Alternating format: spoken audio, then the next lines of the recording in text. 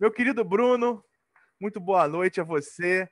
É um prazer ter mais uma vez você podendo desenvolver os estudos com a gente. Vale lembrar que os nossos cultos estendidos começaram com esses dois aí que estão na tela, Renatinha e Bruno, falando sobre juventude lá no ano passado. E esse projeto acabou ganhando corpo e hoje a gente teve a oportunidade de vários debates nesse sentido. Então, Brunão, fica à vontade. Fala, pessoal. Boa noite para todo mundo, para todos e para todas. É uma alegria muito grande, dar um calorzinho no coração, né? Olhar para a tela, ver tantos rostinhos queridos, né? Tantas pessoas que já dividimos experiências assim de maneiras diferentes, mas sempre muito legais. Eu vou projetar aqui, gente, um PowerPoint. E aí eu só vou pedir o auxílio de vocês em relação à visualização dele. Se vocês vão conseguir visualizar direitinho e se está cortando alguma coisa, tem como vocês me darem um Tá bacana, retorno? tá bacana, Tá Bruno. conseguindo ver tudo certinho? Tá show. Beleza, vocês estão me ouvindo bem?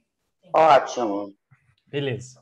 Gente, espiritismo e os humanos.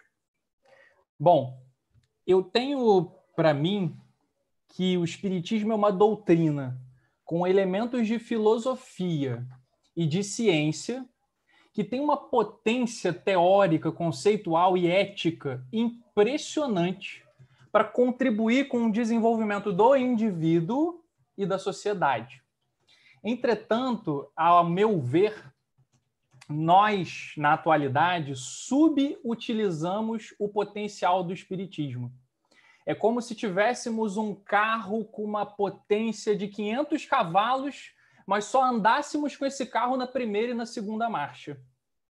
Por que digo isso? Porque Kardec, em seu tempo, Leon Denis e os autores clássicos do espiritismo do século XIX, eles colocavam o espiritismo para dialogar com a ciência de seu tempo, com a filosofia de seu tempo e com as questões éticas da sociedade de seu tempo, não é? Então, Kardec vai analisar uma série de fatos e de situações à luz do espiritismo, como, por exemplo, na Revista Espírita, onde ele vai debater com autores diferentes, com livros diferentes, vai ouvir ideias diferentes, vai trocar. Ou como no Livro dos Espíritos, onde Kardec, na parte terceira, vai fazer uma abordagem ética de diversos temas atualíssimos da sociedade de seu tempo, mas ainda extremamente atuais para a sociedade de hoje. Kardec vai falar sobre escravidão em 1857, na questão 823 do Livro dos Espíritos. Assunto esse que no Brasil ainda era um tabu, porque a escravidão aqui ainda vigorava. Kardec vai falar no Livro dos Espíritos sobre pena de morte, questão 760, coisa que hoje a gente ainda não conseguiu superar, numa sociedade que ainda acha que isso pode ser uma solução cristã para os problemas sociais. Kardec falava de duelo, que era um hábito de seu tempo, sustentado por um embasamento jurídico de seu tempo, na questão 757. Ele vai falar sobre direitos da mulher, questões 817 e 818. Ele vai falar sobre enriquecimento com base na exploração do outro, questão 717. Ele vai falar sobre fome e má distribuição dos alimentos, questão 705 e 707. Ele vai falar sobre liberdade de pensamento, questão 836 e 837. Vai falar sobre liberdade religiosa, 838 e 839. Vai falar sobre direitos do trabalhador, questões 682 a 684. Não estou tirando nada da minha cabeça, gente. Confiram lá nessas questões e vocês vão ver. Ele fala sobre direito à vida, questão 880. Fala sobre desigualdades sociais, questão 806. E fala, inclusive, sobre assistência social, gente, num tempo em que isso nem era um serviço institucionalizado do Estado. Na questão 930, referente às pessoas que estavam impossibilitadas de prover as suas próprias necessidades. Como a gente faria? E os espíritos respondem que numa sociedade que funciona segundo as leis do Cristo, não pode haver fome, não pode haver indivíduos morrendo de fome. Então, gente, Kardec e autores do século XIX, também alguns do século XX, dialogavam com os temas da sociedade, com a dimensão ética dos temas que ocorriam na sociedade. Então, a gente precisa colocar o espiritismo para conversar com direitos humanos, com direitos da mulher, com questões de gênero, e por aí vai. Porque o espiritismo ele é uma ferramenta. Ele não é uma ferramenta melhor do que as outras, mas ele é uma ferramenta valiosa para a gente poder trocar ideias, para a gente poder aprender, para a gente poder se enriquecer enquanto seres humanos. E aí, eu vou dividir o estudo aqui em 5 partes. Na primeira parte, eu quero mostrar para vocês a estatística do espiritismo e do cristianismo no Brasil e no mundo. Na segunda parte, eu vou mostrar a origem dos direitos humanos. Na terceira parte, eu quero tentar propor o que são esses direitos humanos e questionar se eles têm alguma relação com o espiritismo. Na parte quarta, eu quero provocar a vocês e a mim como será que a gente pensa atualmente em relação aos direitos humanos, e na parte 5 eu vou concluir. Bom, espiritismo e cristianismo em números no Brasil e no mundo. Vamos lá. Isso aqui eu peguei no site, a fonte está sempre aqui, tá, gente? Sempre no cantinho do slide tem da onde eu tirei. Então, isso aqui eu peguei no Cidades IBGE. Isso aqui é a população do Rio de Janeiro por religião. Então, observemos aqui em 2010, que foi o último censo, a maioria da população do Rio de Janeiro é católica, apostólica romana. Uma outra grande parte é evangélica, e notem que uma mínima parte, do ponto de vista estatístico, quantitativo, é espírita. Bom, população do município de São Paulo, né, estimada para 2020 em 12.325.000 pessoas. Notem, mais uma vez, o padrão católico, apostólico, romano no topo, evangélico em segundo, e os espíritas com uma porcentagem muito pequena. Bom, vamos lá. Brasil. E aqui um levantamento colocado pelo G1 em 2020. 50% dos brasileiros são católicos, 31% são evangélicos e 10% não têm religião. Notem, nós espíritas somos tão relevantes percentualmente que nem aparecemos aqui enquanto categoria. Bom, aqui a gente já aparece, somos 3% da população brasileira. No mundo, quais são as estatísticas no mundo? Uma maioria de cristãos, aqui, né, 2,3 bilhões. Em segundo lugar, muçulmanos. Né? Aqui a gente tem hindus, budistas, judeus e não tem espiritismo, porque na escala internacional não somos significativos do ponto de vista percentual. Aqui mais alguns dados, né, em forma de gráfico para mostrar a diversidade das religiões ao longo do mundo, ao redor do mundo, budistas, cristãos, religiões locais, hindus, judeus, muçulmanos, outras religiões, pessoas não vinculadas a nenhuma religião. Aqui a mesma coisa.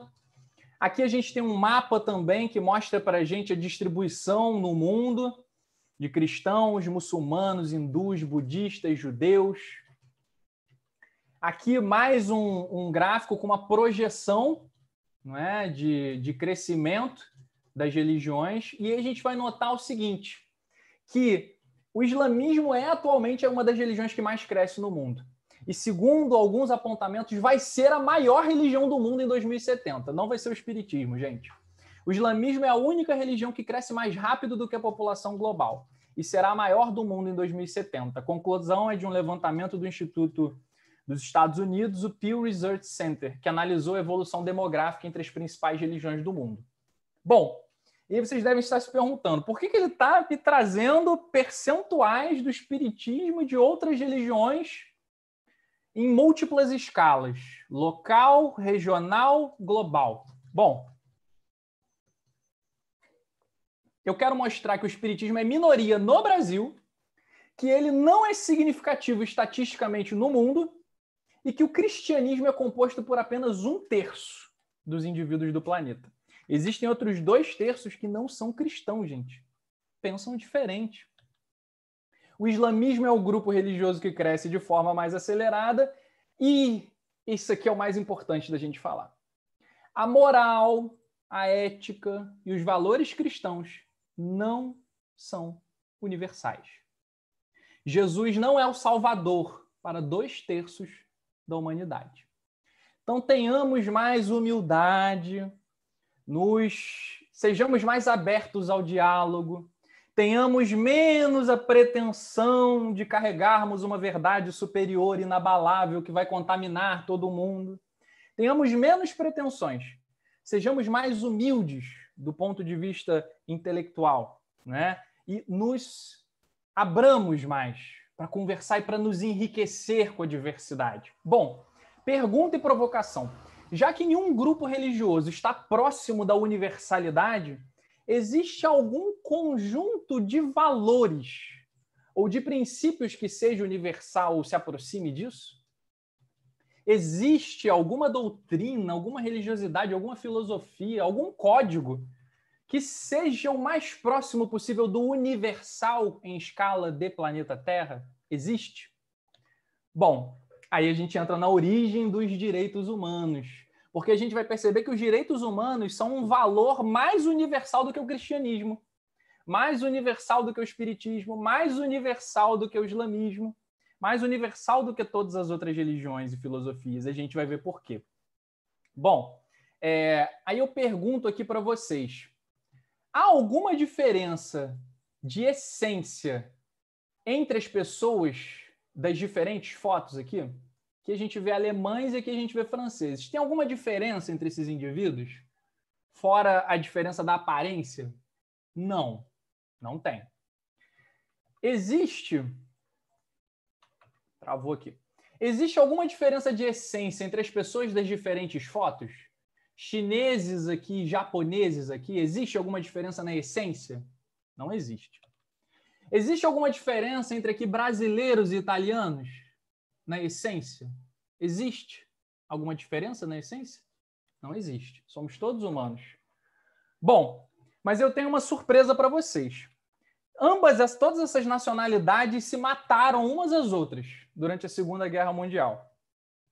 Isso é o que há de comum entre eles. Segunda Guerra Mundial, conflito que ocorreu no final da primeira metade do século XX. Quantas pessoas morreram nesse conflito?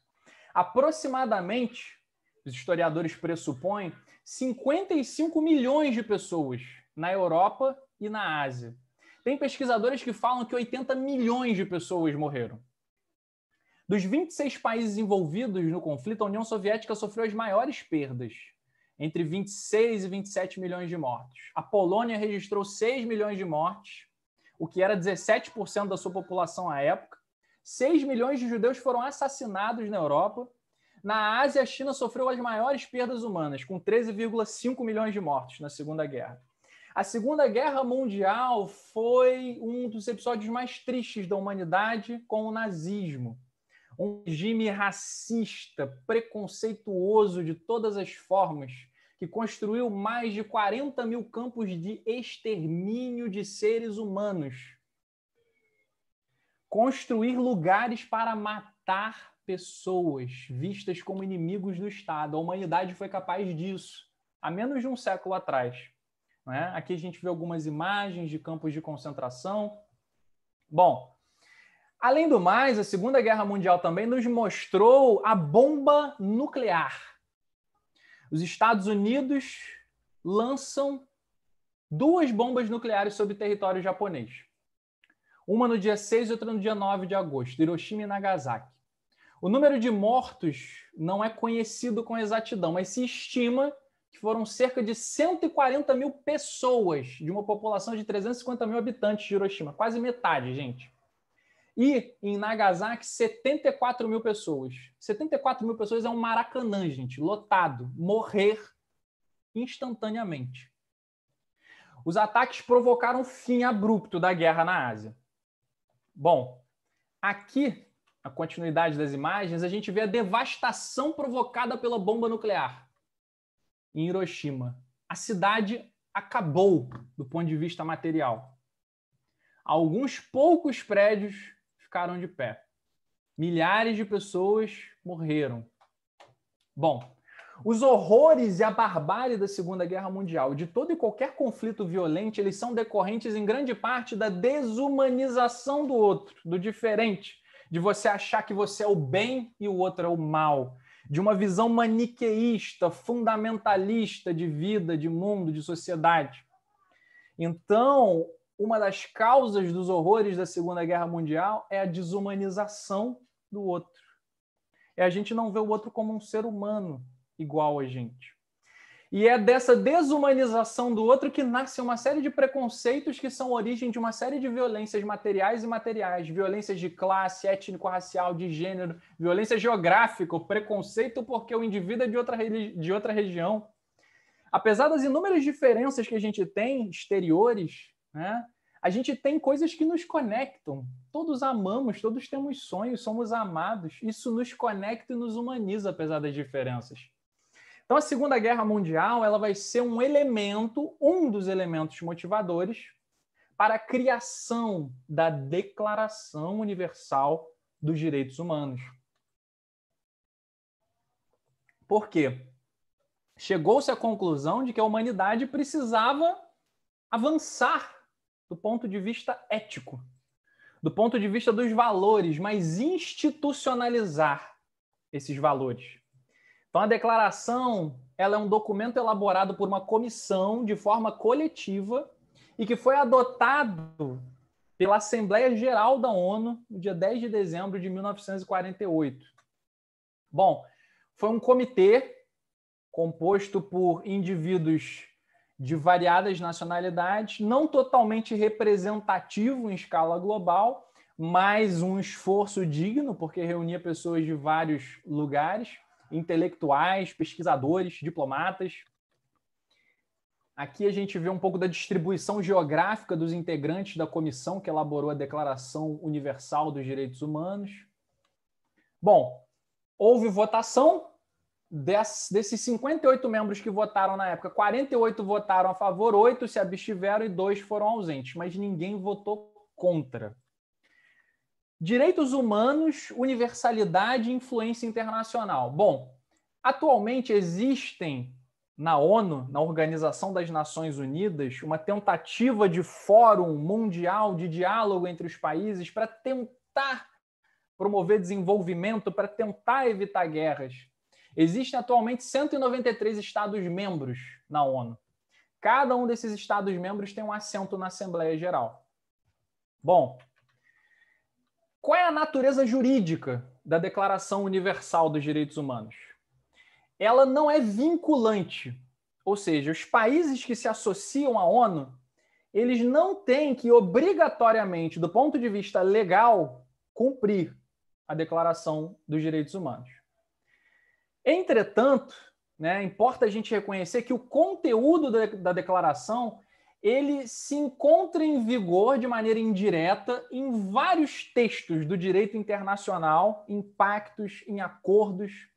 O Celso de Mello diz que há consenso em considerar a declaração como instrumento internacional obrigatório, ou seja, embora os direitos humanos, como um documento base da ONU, eles não sejam vinculantes, não obriguem os países a cumpri-lo, ele tem uma influência muito grande na elaboração da Constituição e de acordos internacionais entre vários países.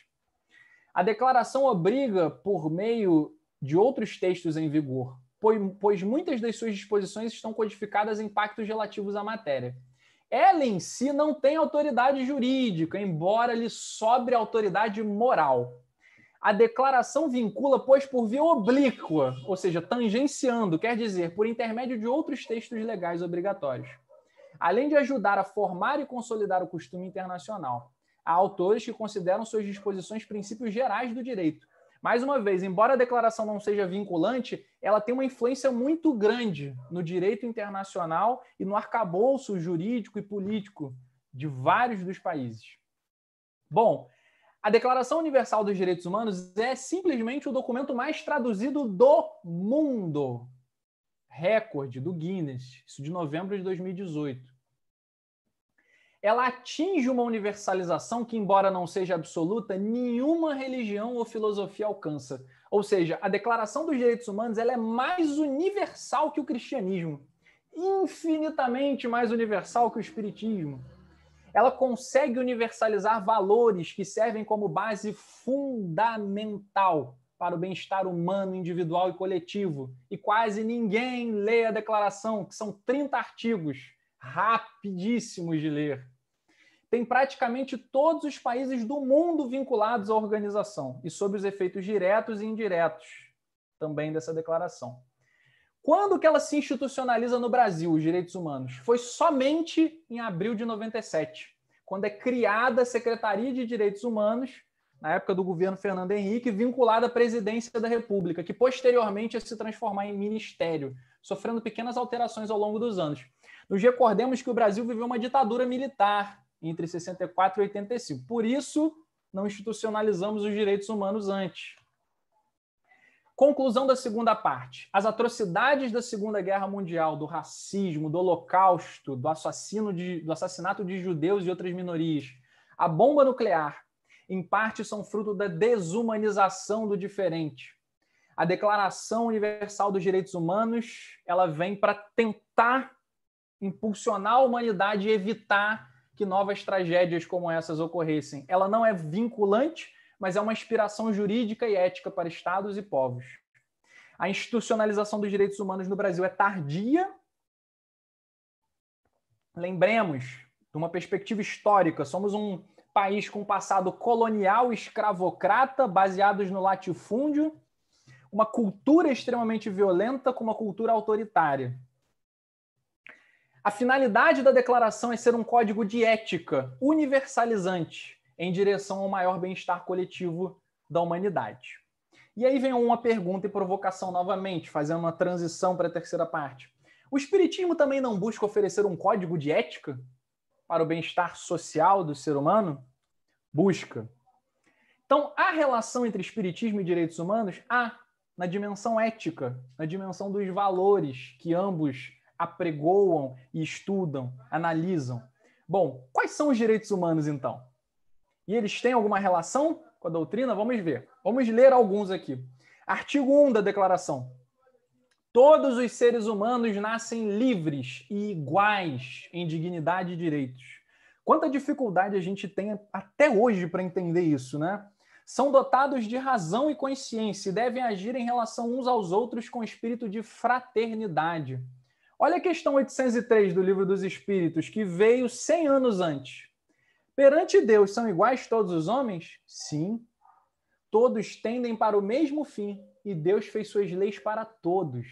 Dizeis frequentemente, o sol luz para todos, e enunciais assim uma verdade maior e mais geral. No Evangelho segundo o Espiritismo, capítulo 17, item 3, está dito assim: o homem de bem é bom, humano e benevolente para com todos, sem distinção de raças, nem de crenças, porque em todos os homens vê irmãos seus. Ou seja, total consonância entre o artigo da declaração e a proposta ética espírita. Artigo número 3 da declaração. Todo ser humano tem direito à vida, à liberdade e à segurança pessoal. Bom, questão 880 do Livro dos Espíritos. Qual é o primeiro de todos os direitos naturais do homem? O de viver. Por isso é que ninguém tem o de atentar contra a vida de seu semelhante, nem de fazer o que quer que possa comprometer-lhe a existência corporal. Mais uma vez, consonância entre ambos. Tem o homem direito de pôr embaraços à liberdade de consciência? 836. Falece-lhe tanto esse direito quanto com referência à liberdade de pensar. Por isso que só a Deus cabe o de julgar a consciência. Mais uma vez, consonância entre direitos humanos e espiritismo. Que é o que resulta dos embaraços que se opõem à liberdade de consciência? Constranger os homens a procederem em desacordo com seu modo de pensar, fazê-los hipócritas. A liberdade de consciência é um dos caracteres da verdadeira civilização e do progresso. Gente, são espíritos que estão falando isso, né? Isso é impressionante, isso é incrível. Artigo 4 da Declaração Universal dos Direitos Humanos. Ninguém será mantido em escravidão ou servidão. A escravidão e o tráfico de escravos serão proibidos em todas as suas formas. Questão 829 do Livro dos Espíritos. Haverá homens que estejam por natureza destinados a ser propriedade de outros homens? É contrária à lei de Deus toda a sujeição absoluta de um homem a outro homem. A escravidão é um abuso da força. Desaparece com o progresso, como gradativamente desaparecerão todos os abusos. Os espíritos são extremamente visionários nas respostas para Kardec e nas suas leituras de sociedade e de ética. Artigo 5º da declaração. Não vou ler todos não, tá, gente? Estou separando só alguns. Ninguém será submetido à tortura. Tem gente hoje que é favorável a isso, gente. Nem a tratamento ou castigo cruel, desumano ou degradante. O Evangelho segundo o Espiritismo, capítulo 11, item 12. Caridade para com os criminosos. A rigidez mata os bons sentimentos. O Cristo jamais se escusava. Não repelia aquele que o buscava, fosse quem fosse. Socorria a mulher adúltera como criminoso. Nunca temeu que a sua reputação sofresse por isso. Quando a tomareis por modelo de todas as vossas ações? Se na terra a caridade reinasse, o mal não imperaria nela, fugiria envergonhado, ocultar-se-ia. É o grande dilema entre o Jesus dos cristãos e o Jesus de Nazaré, né? Nós fizemos um Jesus à nossa moda e a gente esquece o Jesus pobre, oprimido, da Galileia de 2000 anos atrás, que pregava o amor. Artigo 14, se não me falha a leitura dos números romanos aqui. Todo ser humano vítima de perseguição tem o direito de procurar e de gozar asilo em outros países. Fechar as fronteiras, construir muros. Este direito não pode ser invocado em caso de perseguição legitimamente motivada por crimes de direito comum ou por atos contrários aos objetivos e princípios das Nações Unidas. Questão 886 do Livro dos Espíritos. Qual o verdadeiro sentido da palavra caridade, como entendia Jesus? Benevolência para com alguns, para com os meus vizinhos, com os meus familiares? Não. Benevolência para com todos. Todos. Indulgência para as imperfeições dos outros. Perdão das ofensas. Segundo o Evangelho de Mateus e uma tradição teológica, Jesus teria sido um refugiado. Artigo 18. Todo ser humano tem direito à liberdade de pensamento, consciência e religião. Este direito inclui a liberdade de mudar de religião ou crença e a liberdade de manifestar essa religião ou crença pelo ensino, pela prática, pelo culto e pela observância, em público ou em particular. Mas nossos irmãos candomblecistas e umbandistas são perseguidos, são violentados das mais diferentes formas. Não é? Assim como outras pessoas de outras religiosidades em outros lugares do planeta. O que diz o Espiritismo sobre isso? O que é o Espiritismo de Allan Kardec, capítulo 1, terceiro diálogo? Aquele que diz, eu creio na autoridade da igreja, não me afasto dos seus ensinos, sem nada buscar além dos seus limites, o Espiritismo responde que não se impõe a pessoa alguma e que não vem forçar nenhuma convicção. A liberdade de consciência é consequência da liberdade de pensar, que é um dos atributos do homem. E o Espiritismo, se não a respeitasse, estaria em contradição com os seus princípios de liberdade e tolerância. A seus olhos, toda crença, quando sincera e não permita ao homem fazer mal ao próximo, é respeitável, mesmo que seja errônea. Gente, olha a noção superior de tolerância religiosa da década de 50 do século XIX, 100 anos antes da Declaração Universal dos Direitos Humanos. O Evangelho segundo o Espiritismo, capítulo 17, item 3. O homem de bem é bom, humano e benevolente para com todos. Numa época em que homem de bem é um conceito tão distorcido, né, gente? É benevolente para com todos, sem distinção de raças nem de crenças, porque em todos os homens vê irmãos seus. Respeita nos outros todas as convicções sinceras e não lança anátema aos que como ele não pensam. Artigo 24 da Declaração. Todo ser humano tem direito a repouso e lazer, inclusive a limitação razoável das horas de trabalho e a férias remuneradas e periódicas. Questão 682 do Livro dos Espíritos. Sendo uma necessidade para todo aquele que trabalha, o repouso não é também uma lei da natureza? Sem dúvida. O repouso serve para a reparação das forças do corpo. Também é necessário para dar um pouco mais de liberdade e inteligência, a fim de que se eleve acima da matéria. Ou seja, aborda-se até a ética dos direitos do trabalho no Livro dos Espíritos, né? Que se deve pensar dos que abusam de sua autoridade impondo a seus inferiores excessivo trabalho, coisa que acontece pouco atualmente, né? Isso é uma das piores ações, dizem os espíritos. Todo aquele que tem o poder de mandar é responsável pelo excesso de trabalho que impõe a seus inferiores, porque assim fazendo transgride a lei de Deus. Total consonância com os direitos humanos. Artigo 25. Todo ser humano tem direito a um padrão de vida capaz de assegurar-lhe e à sua família saúde e bem-estar, inclusive alimentação, vestuário, habitação, cuidados médicos e os serviços sociais indispensáveis, e direito à segurança em caso de desemprego, doença, invalidez, viuvez, velhice ou outros casos de perda dos meios de subsistência em circunstâncias fora de seu controle. Bom, Evangelho segundo o Espiritismo, capítulo 11, item 15. Não se pode verdadeiramente amar a Deus sem amar o próximo, nem amar o próximo sem amar a Deus. Logo, tudo que se faça contra o próximo, mesmo é que fazê-lo contra Deus. Não podendo amar a Deus sem praticar a caridade para com o próximo, todos os deveres do homem se resumem nesta máxima: fora da caridade não há salvação. E com caridade, ninguém deveria passar fome, ninguém deveria morar na rua.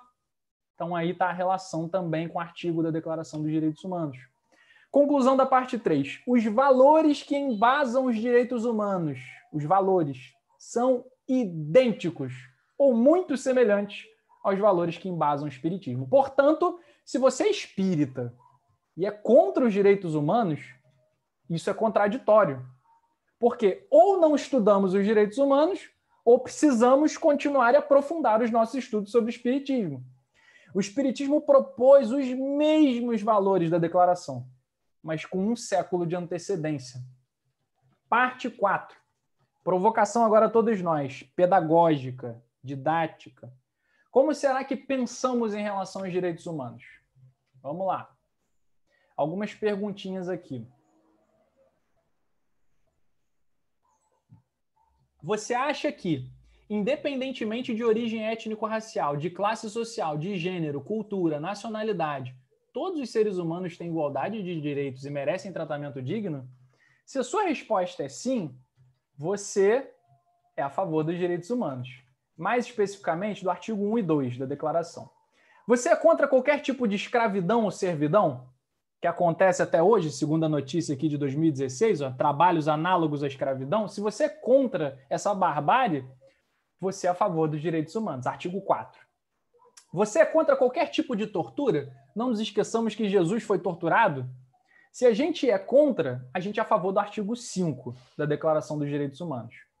Você acha que todos têm direito a tratamento justo e imparcial perante a justiça? E que ninguém seja condenado sem culpabilidade? Porque muita gente é presa injustamente, tá, gente? Aqui uma notícia, ó.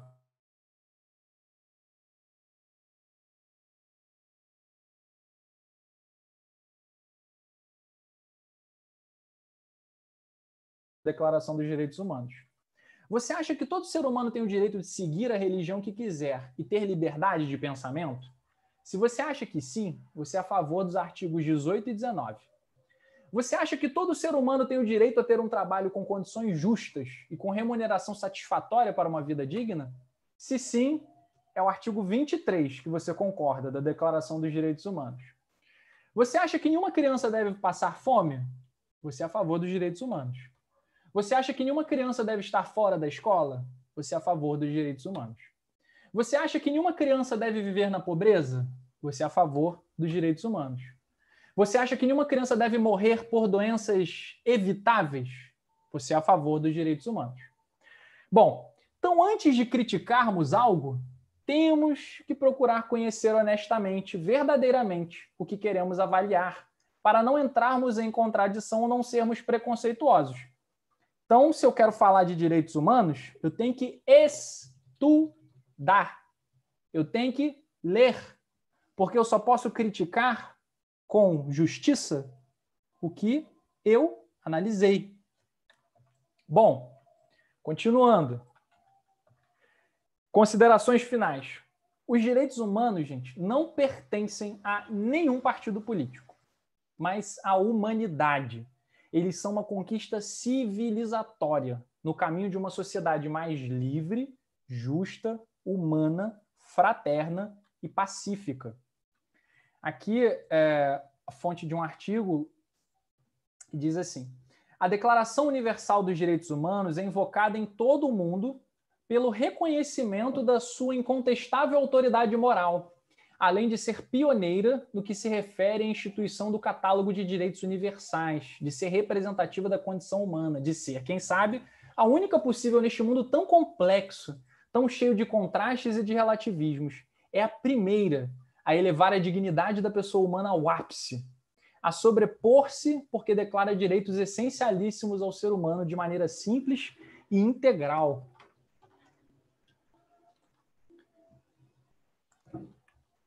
Como promover uma cultura de direitos humanos? Não passa um dia sem que ocorra uma violação no Brasil e no mundo. Reconhece o ministro Paulo Vanucci, da Secretaria Especial dos Direitos Humanos. Isso aqui é de 2009, né? Mas isso não significa que não tivemos avanços significativos. A alternativa para o futuro, dizem especialistas, é aliar direitos humanos e educação. Especialistas e políticos, em sua maioria, indicam que aliar direitos humanos e educação é a melhor saída para um mundo mais justo e sem desigualdades. A proposta espírita, gente, não nos esqueçamos, aponta o mesmo caminho, o da educação como solução. Educação pautada em valores como altruísmo, respeito, não violência, empatia. Vejam o Livro dos Espíritos, questão 685, nota. Para casa, dever de casa, baixem a Declaração Universal dos Direitos Humanos de 1948 e leiam os seus 30 artigos. Identifiquem situações que vocês já viram ou vivenciaram onde os direitos humanos foram violados. E analisem se algum artigo da declaração vai contra algum princípio ético do Espiritismo. E não esqueçamos, necessidade de ler e se informar em fontes diversas. Instituição onde todos pensam exatamente igual está fadada ao fracasso. A diversidade e o choque de ideias, desde que com respeito, é necessária para irmos além. Lembremos que Kardec discordava dos espíritos. Por isso as perguntas A, B, C no Livro dos Espíritos. Era um debate. Não precisamos concordar com tudo, mas precisamos conhecer antes de julgar. Humildade é fundamental para nos desenvolvermos. Lição de Kardec na Revista Espírita de novembro de 1858. Antes de mais, buscamos a luz, venha de onde vier. E, se externamos a nossa maneira de ver, trata-se apenas da nossa maneira de ver. E não de uma opinião pessoal que pretendamos impor aos outros. Entregamo-la à discussão, estando prontos para ela renunciar se demonstrarem que elaboramos em erro. Olha a refinação intelectual de Kardec. Ele não estava interessado com a sua vaidade. Ele buscava a luz. Venha ela de onde vier. Espiritismo precisa dialogar com a sociedade, principalmente com a ética e os valores que o Espiritismo tem a nos oferecer. Aqui algumas referências e é isso, meus queridos. O espaço, acho que um ano, né, de Sevilla, em março, né, agora, foi um espaço, assim, fenomenal.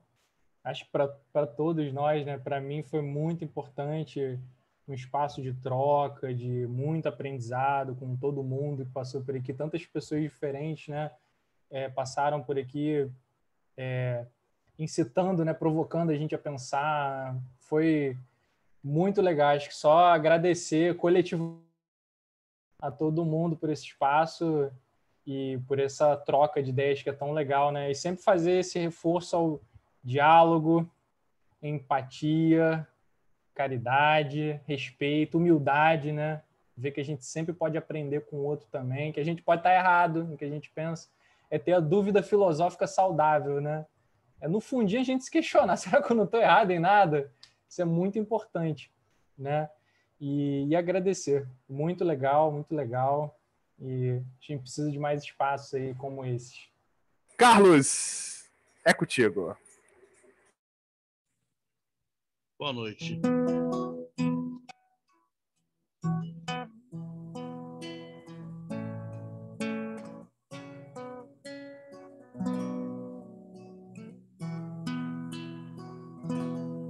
A Amanhã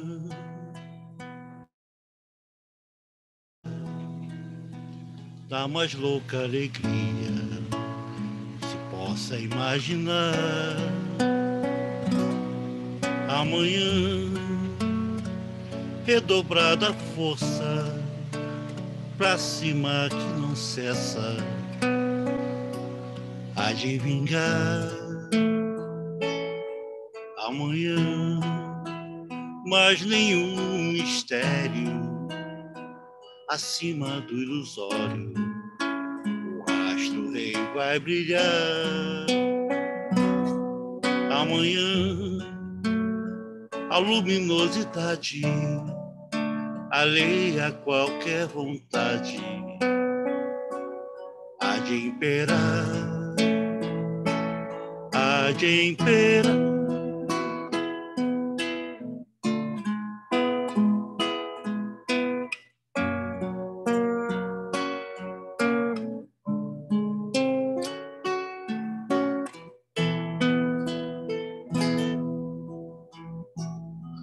Amanhã está tudo esperança, o menor que pareça, existe é pra ensejar. Amanhã, apesar de hoje, ser a estrada que surge, vai se trilhar. Amanhã, mesmo que os não queiram, será que outros esperam ver o dia raiar? Amanhã, ódios apracados, temores abrandados, será prelúdio, será prelúdio.